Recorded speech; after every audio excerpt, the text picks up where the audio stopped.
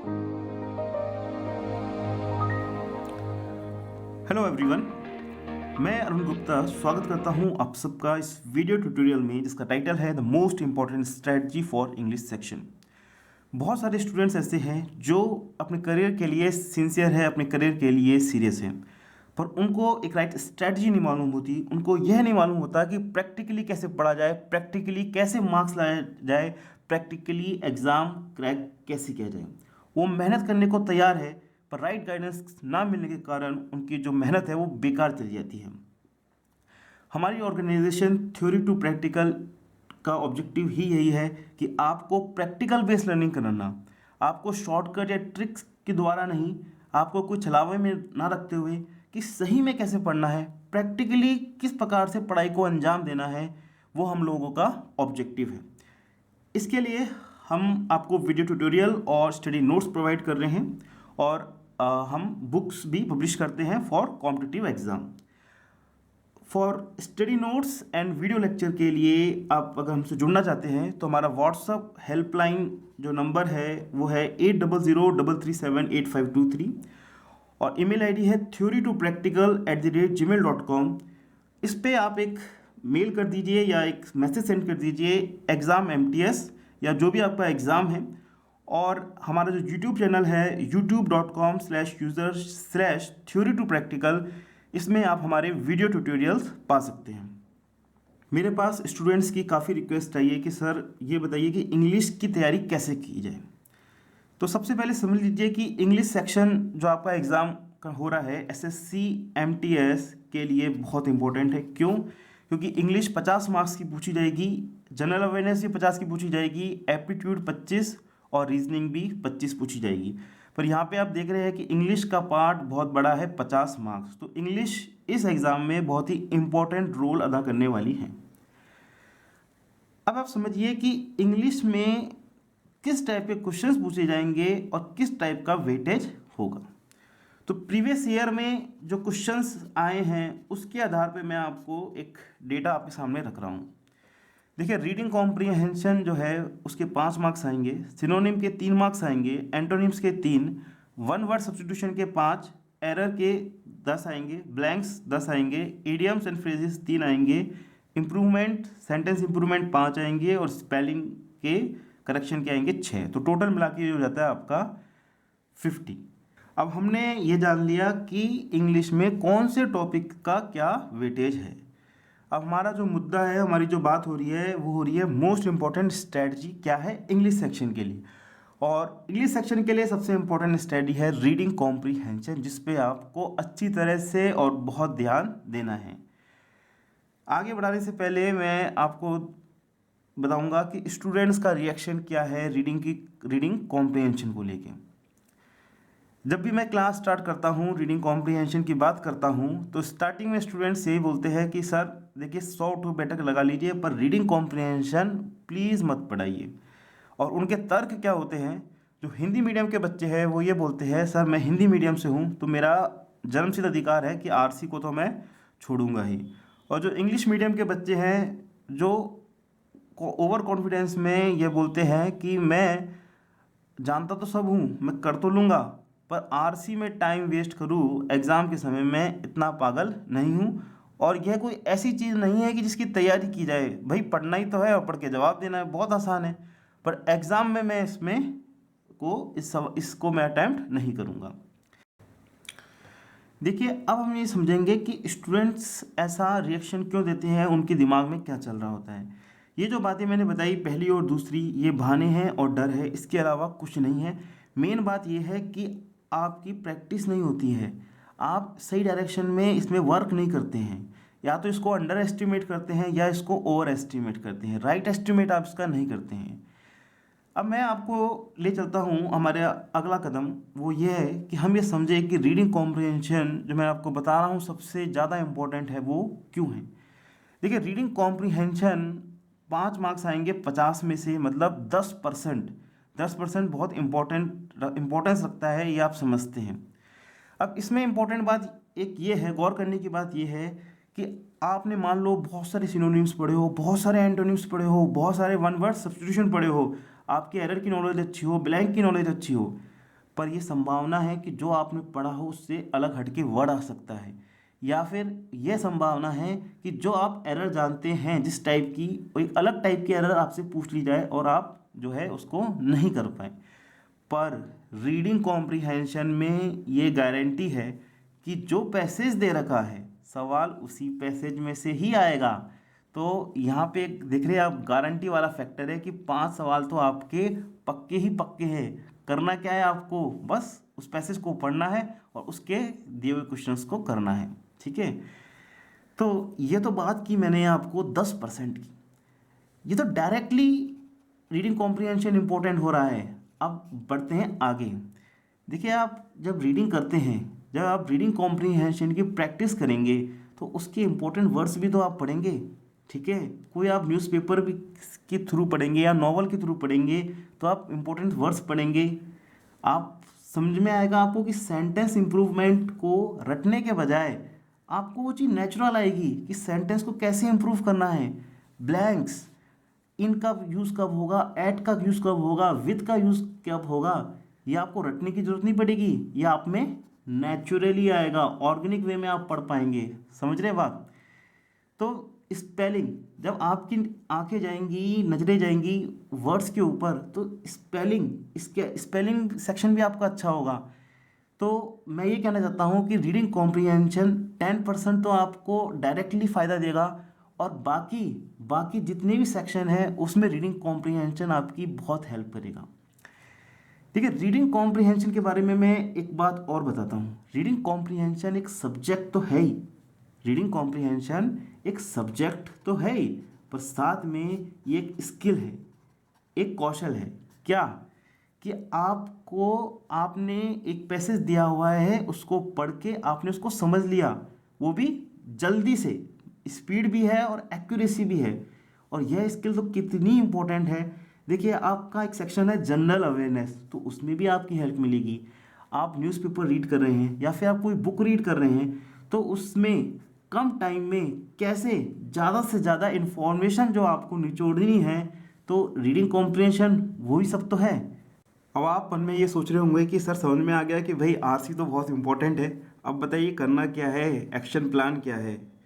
तो समझिए बात को, करना क्या है। सबसे इम्पॉर्टेंट बात है कि जो आपकी पुअर रीडिंग स्किल्स को कन्वर्ट करना है एक्सीलेंट रीडिंग स्किल में। ये क्या होता है, इसमें 2 बातें हैं, how to read faster and how to read smarter. तेज कैसे पढ़े और स्मार्टली कैसे पढ़े। तो ये 2 टॉपिक जो है मैंने अपनी book 17 tools to rock the exam में कवर किए हुए हैं, तो इसको आप ज़रूर पढ़ लीजिए, ये आपके बहुत काम की चीज़ है। How to read smarter and how to read, देखिए हाउ टू रीड बेटर और आपका हाउ टू रीड फास्टर।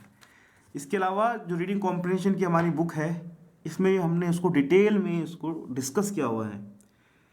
दूसरी बात ये है कि फोबिया, जो इंग्लिश को लेके, इंग्लिश पैसेज को लेके जो फोबिया है, उसको आपको कन्वर्ट करना है मैनिया में। ठीक है, वो कैसे करना है, क्या करना है, वो भी मैं आपको डिटेल में बताता हूँ।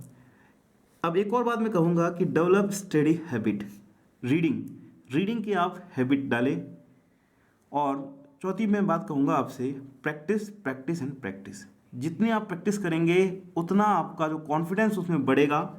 और मैं ये आपको लिख के दे सकता हूँ, गारंटी दे सकता हूँ कि इस एग्ज़ाम में अगर आपने ढंग से इस रीडिंग सेक्शन में ध्यान देते हो, तो इस एग्ज़ाम क्या, किसी भी सेक्शन में, किसी भी एग्ज़ाम में आपके ये जो 5 मार्क्स है या फिर रीडिंग कॉम्प्रिहेंशन के जितने भी सवाल हैं, उसके तो आपको उत्तर आ ही जाएंगे।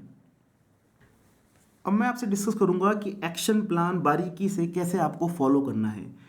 सबसे पहले तो आप ये इंश्योर कीजिए कि जो आपकी जो बुक शेल्फ है, जहाँ पे आप बुक रखते हैं, बुक की जो अलमारी है, उसमें एक तो न्यूज़पेपर रोज़ का होना ज़रूरी है, और दूसरा 2-3 या 4-5 नॉवल होने ज़रूरी हैं। न्यूज़पेपर से फ़ायदा ये होगा कि आपकी जनरल अवेयरनेस भी बढ़ेगी। अच्छा, नॉवल में मैं आपको ये बताऊंगा कि अगर आप इंग्लिश मीडियम के हैं और आप आराम से नॉवल रीड कर सकते हैं, तो आप इंग्लिश का ही नॉवल खरीदेंगे। पर अगर आप हिंदी मीडियम से है और आपको बहुत ही हिचक है, बहुत ही फोबिया है इंग्लिश का, बहुत ही डर है, तो मैं आपको रिकमेंड करूँगा कि आप उस नॉवल का हिंदी कॉपी और इंग्लिश कॉपी दोनों खरीदें।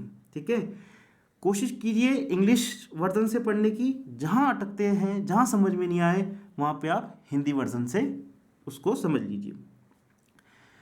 अब कौन सा नॉवल ले, किस प्रकार के नॉवल ले, तो एक यहाँ मैं आपको रिकमेंड कर रहा हूँ। एक नॉवल है, नॉवल क्या, एक बहुत अच्छी बुक है, आउटलायर्स नाम है उस बुक का।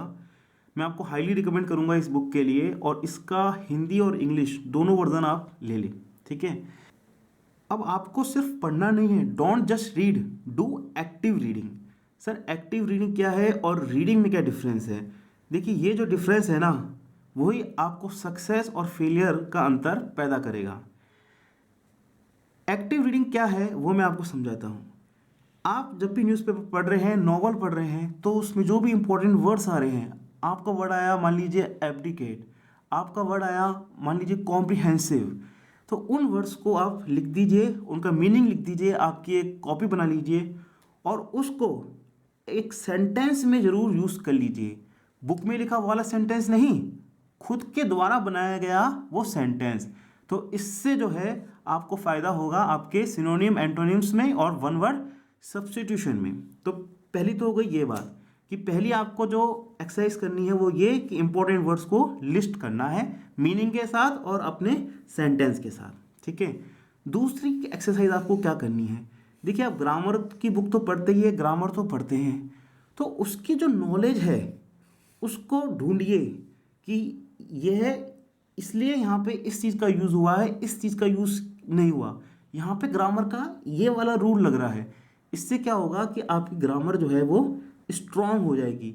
जो आप ग्रामर पढ़ रहे हैं उसमें भी इंटरेस्ट डेवलप होगा, और जब आप उसके बाद जब न्यूज़पेपर और नॉवल में वो चीज़ देखते हैं तो वो चीज़ आपकी पक्की होगी।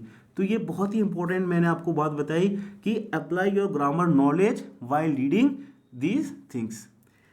दूसरा काम आपको क्या करना है, जो ब्लैंक वाला जो सेक्शन है ना, उसमें कैसे ब्लैंक आते हैं कि यहाँ पे क्या इन आएगा, यहाँ पे क्या एट आएगा, यहाँ विद आएगा, यहाँ थ्रू आएगा। तो जब आप ये न्यूज़पेपर और नॉवल पढ़े तो उसमें देखिए कि इन आ रहा है, एट आ रहा है, विद आ रहा है, थ्रू आ रहा है, क्यों आ रहा है, किसके साथ आ रहा है, वो सब आप बात देखिए। ये जो सेक्शन है आपका फिल द ब्लैंक्स, उसमें भी बहुत आपकी हेल्प मिलेगी, सेंटेंस इम्प्रूवमेंट में इससे हेल्प मिलेगी। ठीक है, अब मैं आपको एक और बात बताना चाहूँगा कि सर इसको पढ़ें, इसमें इंटरेस्ट कैसे लेके आएँ, या जो हमने पढ़ा है उसको याद कैसे कर पाएँ। तो इसकी सबसे अच्छा जो रामबाण है, सबसे अच्छी बात वो ये है कि एक्सप्रेस योर सेल्फ। ठीक है, जो भी आप पढ़ रहे हो, ठीक है, जो भी आप पैसेज पढ़ रहे हो, न्यूज़पेपर पढ़ रहे हो, नॉवल की कहानी पढ़ रहे हो, उसको एक्सप्रेस करो। किससे? खुद से कर सकते हो आप, अपने आप से, अपनी मम्मी से कर सकते हो, अपने पापा से कर सकते हो, अपने फ्रेंड से कर सकते हो, अपने भाई से कर सकते हो। जो भी आप पढ़ा है उसको एक्सप्रेस करो बिना उसको देखे। तो मे बी पहली बार में, दूसरी बार में, तीसरी बार में आप देखेंगे कि जो डेटा इन्फॉर्मेशन इसमें दे रखी होती है, आप हो सकता है 2 या 3 पॉइंट ही बोल पाए या आप हिचकेंगे, पर जब आप इसकी हैबिट बनाएंगे ना, तब आप समझ में आएगा कि किस प्रकार से उसको कॉम्प्रिहेंड करना है, किस प्रकार से उसको एक्सप्रेस करना है। और इससे फ़ायदा ये होगा कि जब आप अगली बार कुछ भी पढ़ेंगे ना, तो आपकी रीडिंग बहुत ही एक्टिव हो जाएगी। आपको एक पैसेज जो दिया हुआ है उसको आप पढ़ते, एक बार में पढ़ते हुए समझ लेंगे। तो ये बहुत ही अच्छा इसका तरीका है कि एक्सप्रेस योरसेल्फ। और इन सब के साथ ही जो स्टेप बाय स्टेप गाइडेंस आपको और चाहते हैं रीडिंग कॉम्प्रिहेंशन में, तो मैं आपको स्ट्रांगली रिकमेंड करूंगा कि video solution to test paper MTS के guide by theory to practical, इसमें प्रीवियस ईयर में जो एग्ज़ाम में क्वेश्चन आए हैं और मॉक टेस्ट में रीडिंग कॉम्प्रिहेंशन जो आया है उसको स्टेप बाय स्टेप समझाया हुआ है। और हिंदी मीडियम स्टूडेंट्स के लिए खासकर उसको हिंदी में अनुवादित करके 4 ऑप्शंस में यही ऑप्शन ही सही क्यों है, बी ही सही क्यों है, ए क्यों सही नहीं है, वो बहुत ही ढंग से बताया हुआ है। और इसके साथ ही हमारी एक बुक है on reading comprehension, 21 days action plan to powerful reading comprehension, जिसमें आर्ट और साइंस ऑफ आरसी बहुत ही अच्छे से बताई गई है। इसको आप ज़रूर रेफ़र करें। आइए प्रैक्टिकली हम समझते हैं। एक प्रॉब्लम ले लेते हैं हम, एमटीएस 2013 में ये पैसेज आया हुआ है, और समझते हैं कि रीडिंग कॉम्प्रिहेंशन को कैसे आपको प्रैक्टिकली सॉल्व करना है, बनाना है। तो ये जो पैसेज है मैं इसको इंग्लिश पढ़ते हुए जाऊंगा, साथ में ही मैं इसकी हिंदी भी करता जाऊंगा।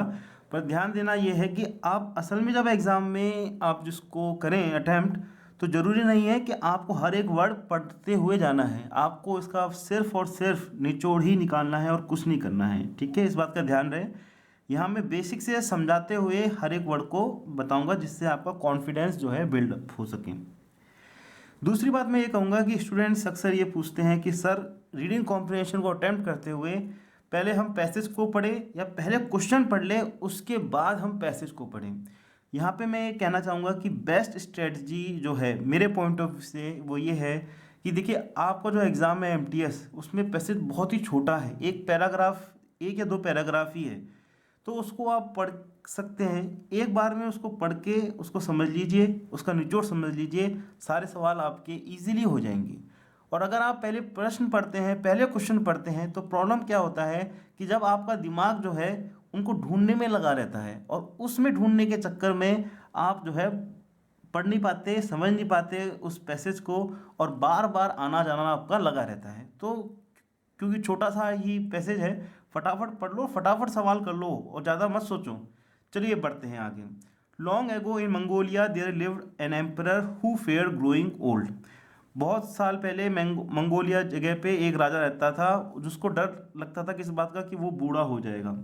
One day he saw an old man in the street. रास्ते में उसने एक बूढ़ा आदमी देखा एक दिन। Upset at being reminded that someday he too would age, he ordered all the old people to leave his land. वो बहुत उदास हो गया। क्यों? क्योंकि वो उसको रिमाइंड करा रहा है, याद दिला रहा है वो बूढ़ा आदमी कि एक दिन वो स्वयं भी बूढ़ा होगा। सो उसने ये आदेश दिया, निर्देश दिया कि जितने भी बूढ़े लोग हैं उसके लैंड से जो है चले जाएं, छोड़ के। अब आप बढ़िया आगे। One day a violent storm swept the kingdom. एक भीषण तूफान आया और उसने पूरे किंगडम में आ गया। Nothing was safe from its free. अब कुछ भी उससे जो है बच नहीं पाया उसके फ्यूरी से। फ्यूरी का मतलब होता है गुस्सा, आक्रामक व्यवहार। आपने ये कभी पढ़ा है क्या, सुना है इसके बारे में, फ्यूरी के बारे में? नहीं सुना तो आपने मूवी तो जरूर देखी होगी, फास्ट एंड फ्यूरियस। तो उसी का ही एक रूप है यहाँ पे, फ्यूरियस का ही। अब देखिए आगे, इट रोड। अब यहाँ पे आपको इस वर्ड का मतलब भी आया है, ठीक है, समझ में, कि इसका मतलब, फ्यूरी का मतलब होता है गुस्सा। It rode into the place and blew away the, ये पैलेस है, वो महल में एक आक्रामक तरीके से आया और उसने सारी चीज़ों को, जो एम्परर की बिलोंगिंग थी, बिलोंगिंग मतलब एम्परर की खुद की पर्सनल जो चीज़ें थी, उनको उसको उड़ा दिया। Including his priceless golden picture, जिसमें उसका गोल्डन जो पिक्चर था। पिक्चर क्या होता है? एक मटकी जिसमें पानी भरते हैं, उसको हम बोलते हैं पिक्चर। सोने की बनी मटकी थी जो बहुत ही अनमोल थी, उसको भी उसने साथ ले गई। वैन द स्टॉर्म एंडेड, जब जो तूफान थमा, the emperor order the picture be found and brought back to him. जब तूफान थमा तो राजा ने निर्देश दिया कि उस पिक्चर को ढूंढा जाए और मेरे पास वापस लाया जाए। People went in search of picture. People जो है उस पिक्चर को ढूंढने, मटकी ढूंढने को गए सर्च में। अब देखिए यहाँ पे वेंट इन आएगा, ऑन आएगा, एट आएगा, विद आएगा, बाई आएगा। तो आप जिसे पढ़ रहे हैं यहाँ पे इन आएगा, तो इससे आपका जो है जो फिल द ब्लैंक्स वाला सेक्शन है वो भी इंपॉर्टेंट आएगा कि सर्च के आगे इन आएगा या फिर ऑन आएगा, वो भी आपका दुरुस्त होगा। They saw it in a lake near by. उन्होंने उसको एक नियर बाय लेक पे देखा। बट किसको? गोल्डन पिक्चर को। But no matter who tried, इस बात सभी सभी ने उसको ट्राई किया। No one could get a grip on the picture. मेहनत के बाद भी जो है उस पिक्चर को वो ग्रैब नहीं कर पाया, पकड़ नहीं पाए। All they got was a handful of water. बस उनको, जब भी उन्होंने कोशिश करी तो उनको क्या पाया उन्होंने? हैंडफुल ऑफ वाटर, थोड़ा सा पानी। Yet it could be plainly seen, जबकि वो प्लेनली दिख रहा है, मतलब स्पष्टता दिख रहा है glittering and just below the water surface, वो वाटर सरफेस तो जो था पानी की सतह पे चमकता हुआ दिख रहा है, पर तो भी जो है जब भी उसको लेने जाते थे तो उनको मिलता था क्या, हैंडफुल ऑफ वाटर। इसके क्वेश्चन बना लेते हैं, आपको इतने धीरे नहीं पढ़ना है, आपको तेज पढ़ना है। और the people saw the golden picture, कहाँ पे मिला था उनको, लेक में मिला था, झील में मिला था, तो ये ऑप्शन हो गया हमारा D, in a lake near by. देखिए बहुत सिंपल चीज़ है। The empress order word that all the बूढ़े लोग चले जाएं उसकी जगह से, लिव रहे, नो, यंग मैन की तो बात ही नहीं हो रही है, बच्चों की बात नहीं हो रही है, old man should leave his land, उसके जगह को छोड़ दें। What did the people who went the bring the picture get, जब उन्होंने पिक्चर को ढूंढा मिला तो उन्हें क्या मिला, एयर मिली, हैंडल मिला, आपको याद है, वाटर मिला था, a handful of water. The empire feared, उसको एम्पायर का किस बात का डर था, कि वो एक दिन बूढ़ा हो जाएगा, तो अपना ऑप्शन सी, बीमार होना नहीं था, कमज़ोर होना नहीं था, जवान होना नहीं था, उसका था गेटिंग ओल्ड। और लास्ट है, the empire was upset to see the old man because it reminded him, remind का मतलब होता है याद दिलाना, ठीक है।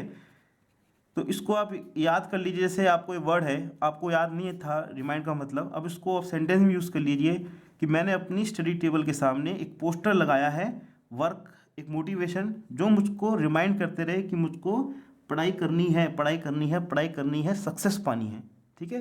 It reminded me of to do hard work. अब देखिए 4 ऑप्शन दे रखे हैं कि द एम्पायर वर अपसेट, वो दुखी क्यों था, because it reminded him that he would grow old today, yes, यही है इसका उत्तर है कि वो उसको ये याद दिला रहा था कि वो भी उसी की तरह एक बार बूढ़ा होगा। और ये सारे ऑप्शन आप देख सकते हैं कि उसके दादाजी को याद दिला रहा था, ये भी रॉन्ग है, कि वो भी बीमार पड़ेगा, ये भी रॉन्ग है, कि उसके कलर उसको करने पड़ेंगे ब्लैक, ये भी गलत है। तो ऑप्शन इसका इजीली ए है।